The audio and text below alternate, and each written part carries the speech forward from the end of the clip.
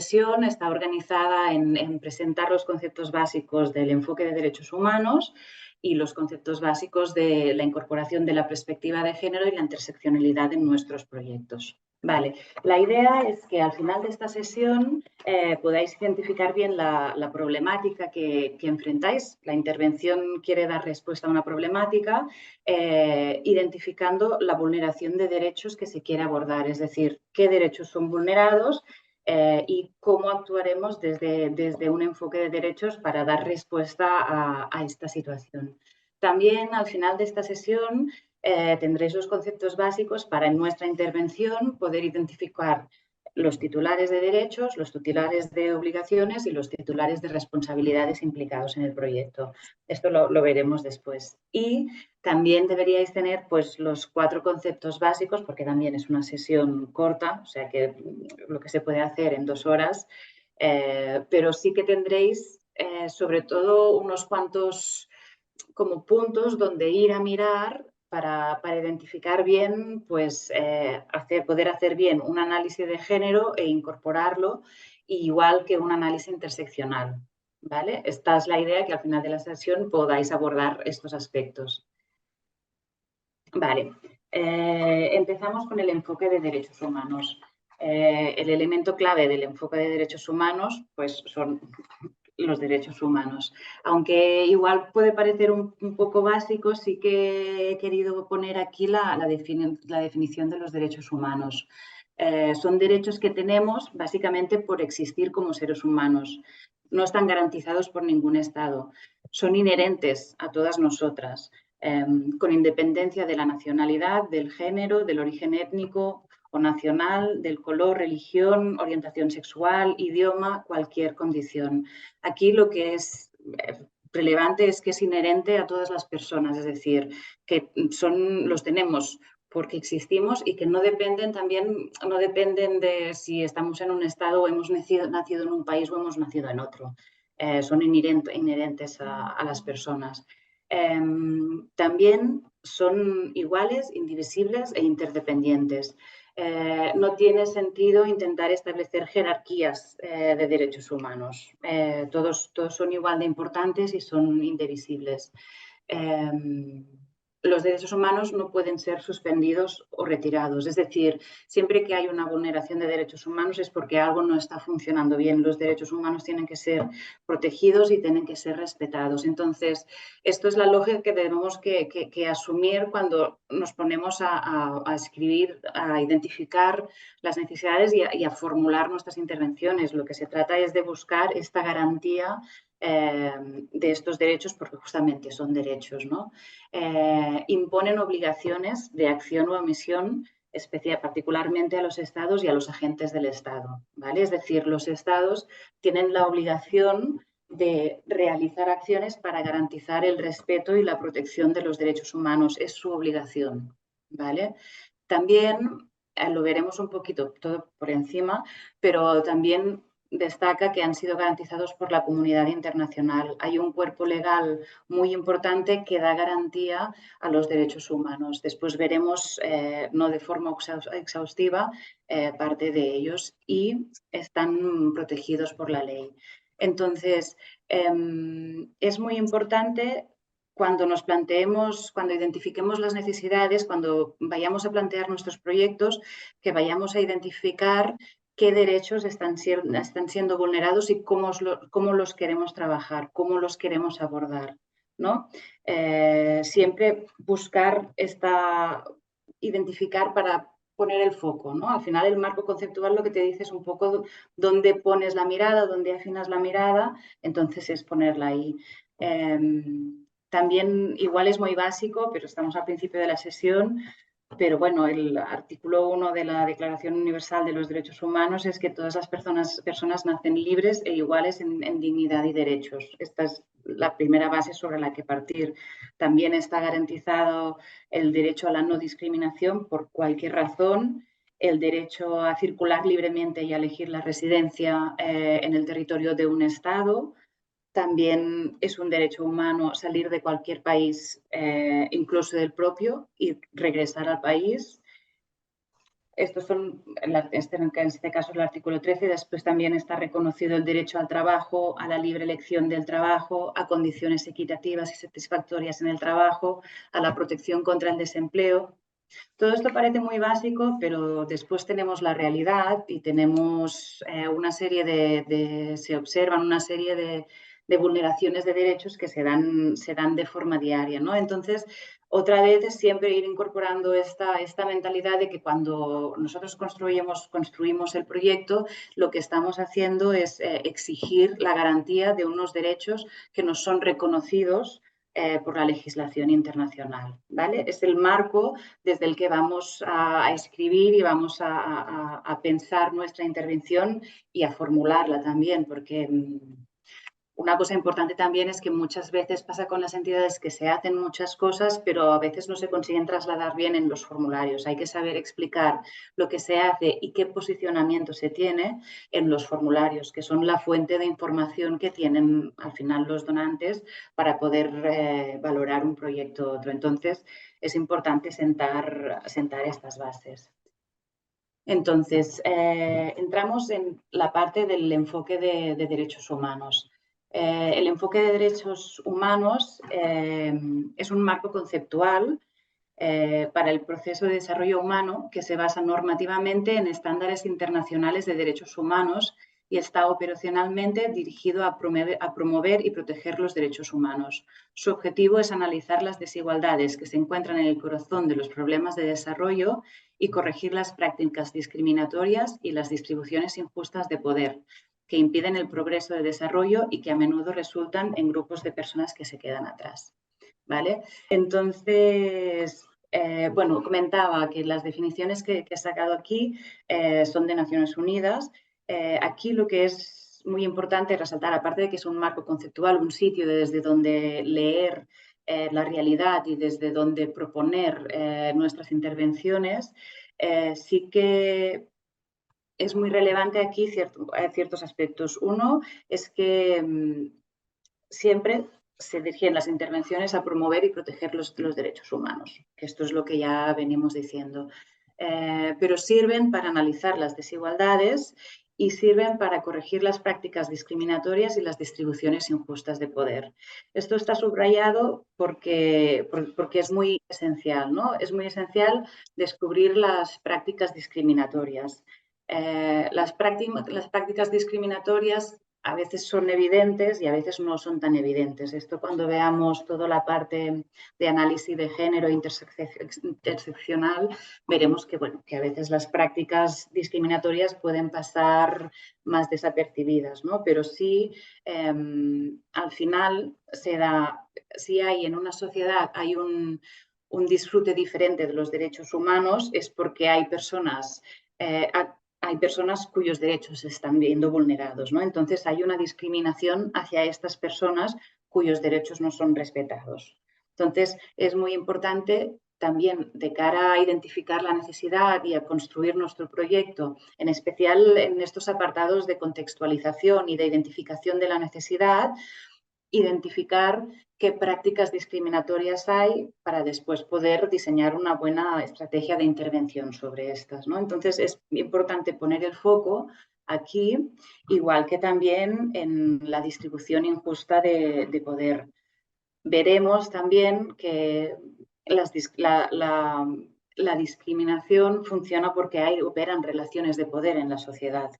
Y esto es un hecho. Y a veces las relaciones de poder están naturalizadas o están invisibilizadas o cuesta hilar y bien identificar cómo pasa, pero están. Entonces, por ejemplo, hay intervenciones que pueden ir en la línea de visibilizar estas relaciones de poder, de ponerle nombre y explicar por qué y denunciarlas, ¿no? Y a partir de aquí, cuando se conocen y se hacen visibles estas relaciones de poder y estas discriminaciones, es cuando se pueden empezar a combatir. Pero si están invisibilizadas, es el primer, bueno, entonces no se pueden combatir. Vaya, que el primer paso para poder cambiarlas, para poder buscar esa transformación social, es detectar estas prácticas discriminatorias, visibilizarlas para poder abordarlas.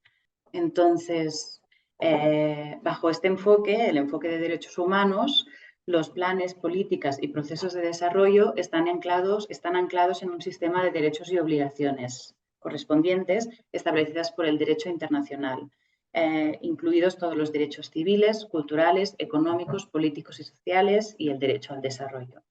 Es muy importante siempre tener presente que hay una legislación internacional que da sustento a toda esta reclamación de los derechos humanos. Esta legislación internacional nos sirve para base para decir esto es como debería ser y entonces identificamos qué cosas no están pasando que deberían pasar y a partir de aquí podemos diseñar esta intervención enfocada a cambiar estas situaciones de discriminación y estas situaciones de vulneración de los derechos humanos. Todas las acciones deben estar basadas en promocionar, bueno, en conseguir la garantía de estos derechos. Cómo se consigue puede ser a través de diferentes mecanismos, es decir, puede ser a través de acciones de denuncia, puede ser a través de acciones de incidencia política, puede ser a través de acciones de sensibilización o incluso otra cosa que nos encontraremos puede ser a través de realizar estudios de investigación para proporcionar datos, porque a veces pasa que especialmente en género, y hace muchos años que se viene trabajando y ya hay muy buena base de datos que demuestran cómo se dan las discriminaciones y cuáles son sus consecuencias, pero cuando entramos en los ejes de interseccionalidad que abordaremos, pero que bueno, son otros ejes de desigualdad como es la raza o como es el tema de las diferentes capacidades o la edad, ahí ya no tenemos datos, es decir, y nos cuesta, no tenemos tantas herramientas para argumentar nuestra intervención. Entonces, bueno, la manera en cómo buscamos esta protección y esta garantía de derechos humanos, el camino hacia conseguir esta garantía y este respeto puede ser muy variado, pero siempre con el foco último a conseguir el respeto de los derechos humanos. Que en función de cada entidad, claro, se centrará en unos derechos u otros. Puede ser pues, el derecho a un salario justo o el derecho a una vida libre de violencias o el derecho al ocio, por ejemplo, en personas con discapacidad que no hay sitios adaptados. Es decir, ¿qué derecho puede tomar formas muy, muy distintas? Por eso un poco el reto de esta sesión, que es teórica, de aterrizarlo después a las realidades de vuestras entidades.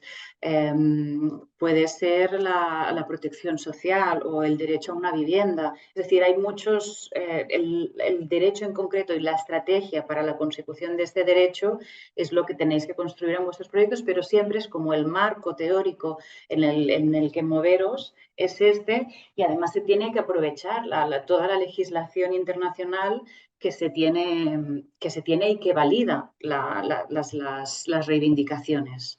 Vale.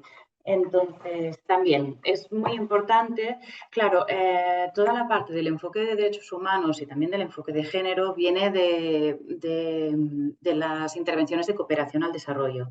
Desde hace años se ha ido desarrollando todo este enfoque porque en realidad, pues bueno, en nombre del desarrollo humano hace años, pero se hicieron muchas barbaridades, ¿no? Porque, bueno, porque a veces, por ejemplo, una de las cosas que pasaba es que se trataba a los receptores de las ayudas, mil entre comillas, como beneficiarios pasivos. Es decir, las personas que debían ser las protagonistas de los proyectos era que todo el mundo opinaba sobre qué era lo que tenía que pasar, cuál era su situación y cuál era su camino de mejora, ¿no? Entonces, desde el enfoque de derechos humanos es muy importante y es clave que tener en cuenta esta consideración, que las personas no son beneficiarias pasivas, las personas son titulares de derechos, es decir, yo por ser persona tengo ciertos derechos que me deben ser garantizados, protegidos, ¿no? Entonces, se tiene que poner en el centro a las personas titulares de derechos, ¿vale? Es decir, situados en el centro del desarrollo. Sí, las necesidades de las personas se interpretan en clave de derechos, es decir, que una persona pase hambre es porque no está siendo garantizado su derecho a la alimentación, o que una persona no tenga acceso a una educación es porque no se está garantizando su derecho a la educación, ¿no? Es decir, que una mujer sufra violencias no se está respetando su derecho a una vida libre de violencia, o que una persona no pueda migrar, no se está respetando su derecho a cambiar de país, ¿no? Es decir, es identificar siempre en la clave de la vulneración de derechos, derechos que no están siendo respetados. Y siempre poniendo a las personas, a los titulares de derechos, como protagonistas y activos en su proceso, en el proceso de conseguir estos derechos, sea capacitándolos para que los puedan exigir, sea informándolos, porque a veces, muchas veces, no hay personas que no saben qué derechos tienen. El conocimiento es el primer paso para poder reivindicar su exigibilidad. Igual la intervención pasa por apoderarlos para que puedan coger la palabra o darles herramientas para que puedan hacer efectivos sus derechos, pero siempre con este punto de vista en que no son personas pasivas y no son personas a las que tenemos que ayudar porque pobrecitas, sino que son personas que tienen sus derechos, y la intervención lo que va a hacer es ayudarles a darles las herramientas para que puedan hacerlos efectivos. Vale, entonces también es muy importante, cuando nos ubicamos en este marco conceptual del enfoque de derechos humanos y construimos la intervención desde aquí, hablamos de titulares de derechos, que ya lo he introducido, de titulares de obligaciones y de titulares de responsabilidades. Lo que os decía antes, que a veces cuando te pones a redactar un proyecto hay un lenguaje que se utiliza, que a veces al principio pues, puede ser intimidatorio, no sabes bien a qué se refiere, pero después es conveniente familiarizarse con el lenguaje, adoptarlo y ponerlo a nuestro servicio, ¿no? Entonces, aquí el lenguaje, esta categorización es muy útil porque nos habla de los actores implicados en un proyecto. ¿Vale? Los titulares de derechos lo hemos abordado. Son todas las personas o grupos de personas en un país, independientemente de su nacionalidad y de su ciudadanía y estatuto jurídico, son titulares de derechos humanos y tienen derecho a reclamarlos válidamente ante quienes tienen deberes correlativos, es decir, a los titulares de obligaciones, esencialmente el Estado. Aquí nos introduce, claro, igual que las personas somos titulares de derechos que no son inalineables y que deben ser respetados y garantizados, el Estado tiene unas obligaciones, es decir, ¿quién es el ente que debe garantizar estos derechos? Son los estados, los titulares de obligaciones, ¿no? Entonces, los titulares de obligaciones son quienes tienen el papel específico de dar respuesta a reclamos válidos de los titulares de derechos, personas o grupos de personas, en el marco de correlativos deberes de los portadores de obligaciones. El Estado es el principal titular de las obligaciones a través de sus respectivas autoridades e instituciones. Estado, administración pública, administración local, es decir, siempre que hay una vulneración de derechos humanos, los titulares de derechos trabajan para hacerlos efectivos, los reclaman, son sus derechos y trabajan para conseguirlos, pero quien debe garantizarlos son los titulares de obligaciones, es decir, la intervención puede ir a trabajar para que los titulares de obligaciones cumplan con su papel, ¿sí? Entonces, también hay otra categoría que son los titulares de responsabilidades. Los titulares de responsabilidades son todas las personas o grupos de personas en un país que tienen responsabilidades relacionadas con los derechos humanos por el hecho de formar parte de una sociedad. Los individuos, organizaciones, autoridades locales, sector privado, medios de información, donantes asociados en actividades de desarrollo, instituciones internacionales, se identifican como titulares de responsabilidades. Los titulares, es muy importante también poner el foco, aunque sí que es cierto que normalmente las intervenciones acostumbran a tener como objetivo o a implicar más a titulares de derechos y a titulares de obligaciones, y a veces los titulares de responsabilidades quedan un poco más, bueno, igual no se trabaja tanto con ellos, son muy importantes porque son las responsabilidades que se tienen en cuanto una persona es miembro de una sociedad. Es decir, y deben haber unas normas y unos principios que tienen efectos en las relaciones entre las personas, ¿no? Para comprenderlo bien, igual va bien explicarlo así. Si hay una sociedad que es intolerante, por decir de alguna manera, y el Estado cambia una ley y propugna una ley que garantiza unos derechos en concretos, por ejemplo, de un colectivo, el que sea.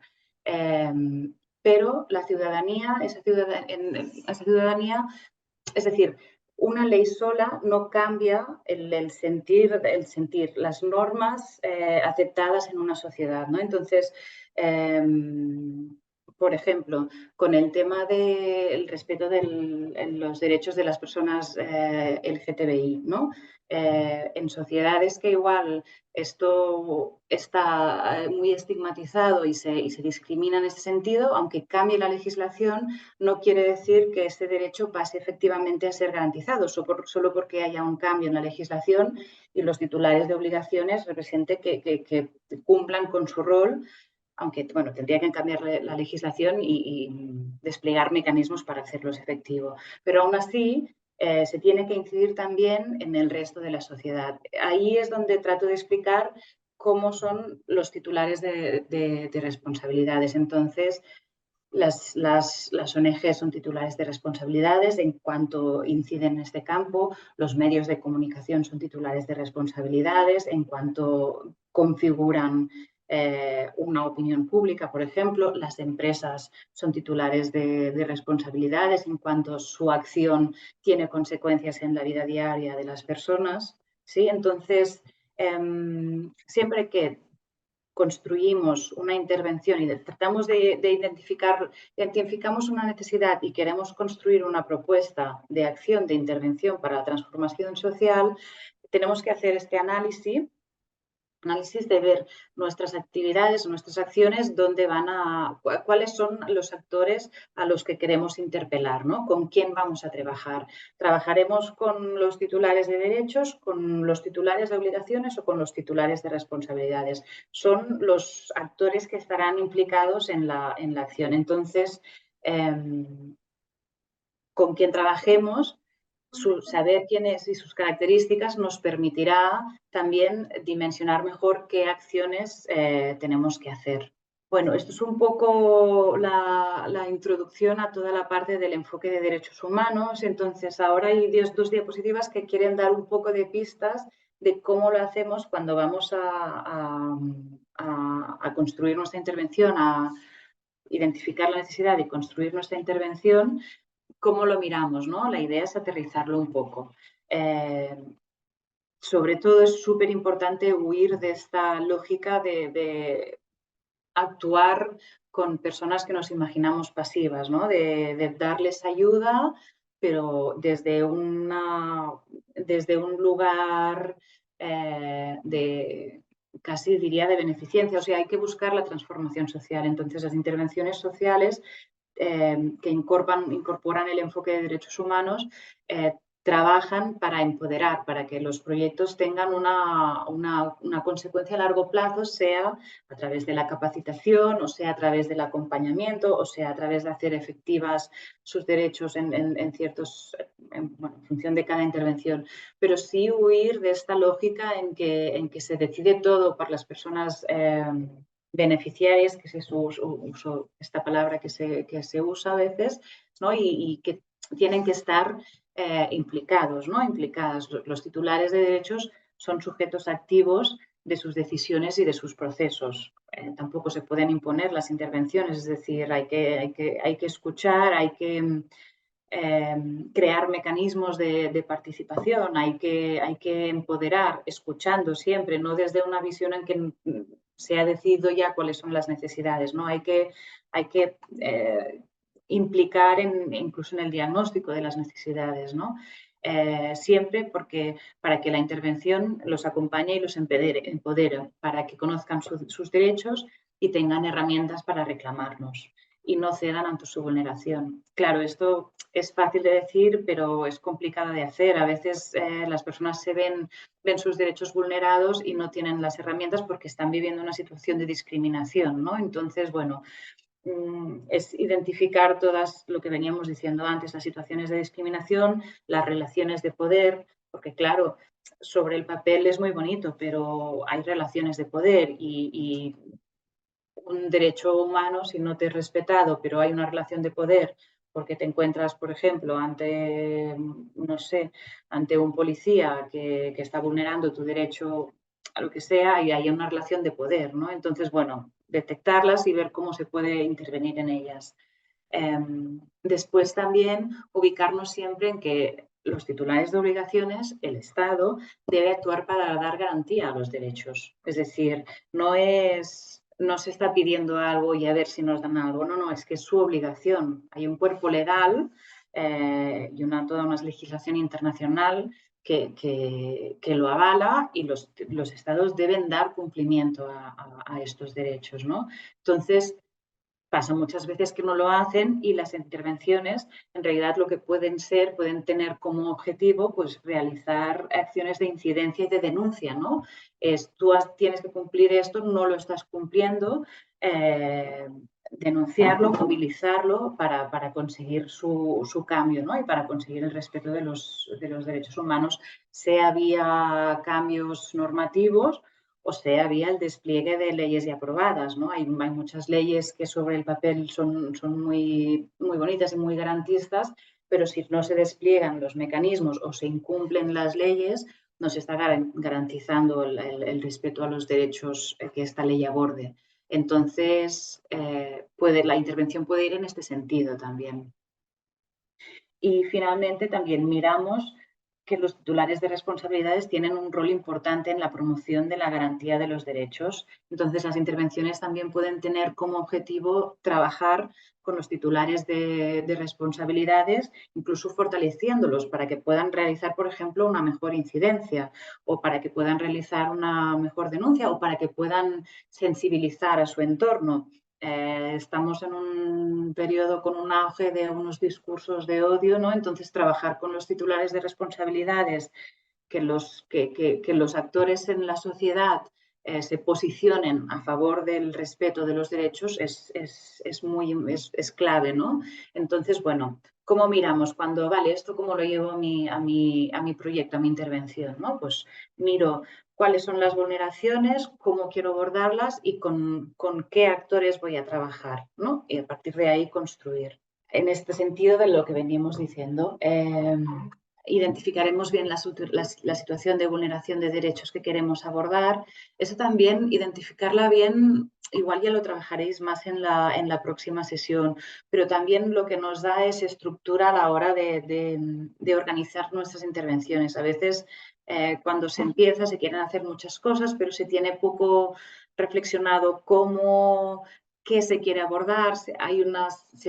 Claramente hay una situación de discriminación, una situación de vulneración de derechos, pero como poco aterrizado, ¿no? Entonces, esta parte de este ejercicio de reflexión vale, pues miro, me siento y qué derechos están siendo vulnerados. Y es que igual del colectivo al que atendemos salen muchos. Bueno, igual la intervención solo puede enfocarse a algunos, ¿no? Entonces, es importante cuando haces el proceso de reflexión previo de identificación de las necesidades, te permite hacer una foto mejor y después pues priorizar, porque a veces no se llega a todo, ¿no? Entonces, es importante identificar bien qué situación de vulneración queremos abordar.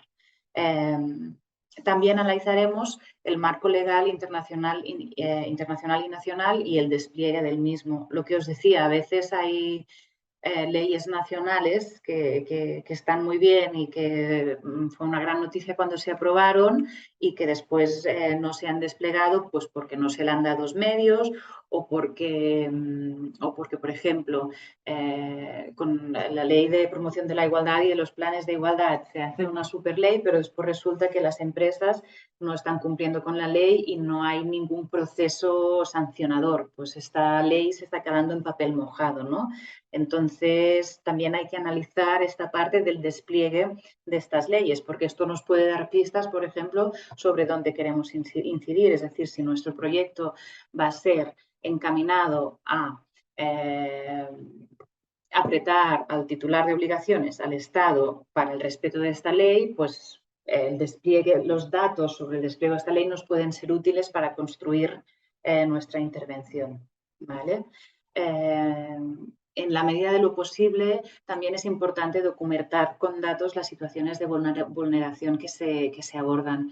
Es lo que os comentaba, sobre algunos temas sí que hay datos y hay informes, sobre otros temas, otros ejes de discriminación, no hay tantos datos y tantos informes. Entonces, aquí, bueno, en la medida de lo posible, en la medida de lo que se vaya encontrando también, y recupero lo que decía al principio de todo, que es un proceso acumulativo. Cuando trabajas en intervención social, pues de repente un día sale un informe o sale una noticia relativa al tema que tú tratas, pues es interesante guardarla y guardar los datos, y todo esto después te servirá para documentar bien toda la parte de contexto, ¿no? En la medida de lo posible, ir documentándolo con datos. También de cara a diseñar la intervención, veremos dónde intervenimos, es decir, los destinatarios de nuestra acción son titulares de derechos, de obligaciones y de responsabilidades. Lo que hemos contado de estos actores también nos dará pistas sobre cómo actuar, ¿no? A los titulares de derechos, sobre todo, hemos comentado siempre desde una visión en que sean protagonistas, en que sean activos, en que se empoderen, en que se capacite, ¿no? Entonces, si trabajas con titulares de obligaciones, podemos ir en la línea de hacer incidencia para cambiar legislación o hacer denuncia para promocionar el respeto de ciertas leyes, etcétera. Y de responsabilidades, pues esto, teniendo en cuenta que nos ubicamos en el entorno de social, ¿no? De que como miembros de una sociedad tenemos la responsabilidad de respetar los derechos de los otros, ¿no? Entonces, si esto no está pasando y nuestra intervención va en este sentido, tener en cuenta a este actor. Y finalmente esto, diseñamos nuestra intervención promoviendo la garantía y la exigibilidad de los derechos vulnerados, desde la participación y el empoderamiento de los titulares de derechos y desde la incidencia y movilización a la acción de los titulares de responsabilidades y obligaciones. Vale, esto... finalmente creía que voy un poco justa de tiempo, vale. Entonces, esto, el marco legal de derechos humanos, sobre todo, que quede muy claro, no es exhaustivo, ¿eh? Aquí solo hay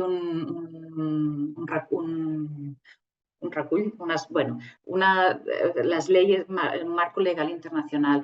Pero sí que os quería poner algunos, tanto internacional como nacional, que no voy a entrar a mirar o a comentar, pero sí que me gustaría recomendaros muchas veces en estas leyes que se buscan tal cual en el buscador, hay un preámbulo que puede ser a veces muy útil para documentar nuestros proyectos. Igual más en las nacionales que en las internacionales, pero por ejemplo, la ley de dependencia o la ley de inclusión social, antes del desarrollo normativo de todos los artículos, siempre hay un preámbulo del porqué de la necesidad de esta ley. Y aquí esto nos puede servir para coger ideas y ver cómo está enfocado, ¿no? Esto puede ser un recurso muy útil. Yo cuando trabajo con proyectos es muy interesante porque a veces muchas veces toda esta parte de análisis ya la han hecho, entonces ver qué parte nos puede encajar y nos puede ir bien. Entonces, esto es más que nada un truco. Entonces, bueno, sobre todo que aquí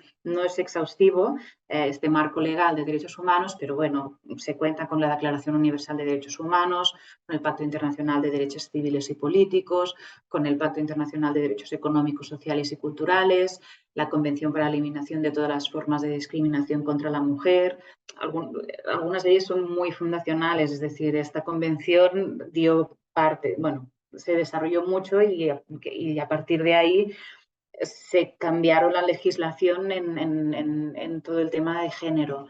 la Convención de los Derechos de las Personas con Discapacidad. A nivel laboral, de protección laboral, hay muchos convenios de la OIT, de la Organización Internacional de Trabajo. Aquí también, lo que os digo, a veces consultarlos, leerlos y consultarlos va bien para coger todo este argumentario de defensa, ¿no? La Carta de Derechos de la Unión Europea, todas las directivas de la Unión Europea, las estrategias y los planes de acción. Y después, el Protocolo de Kioto y Acuerdo de París es específicamente en tema medioambiental y de justicia climática, ¿vale?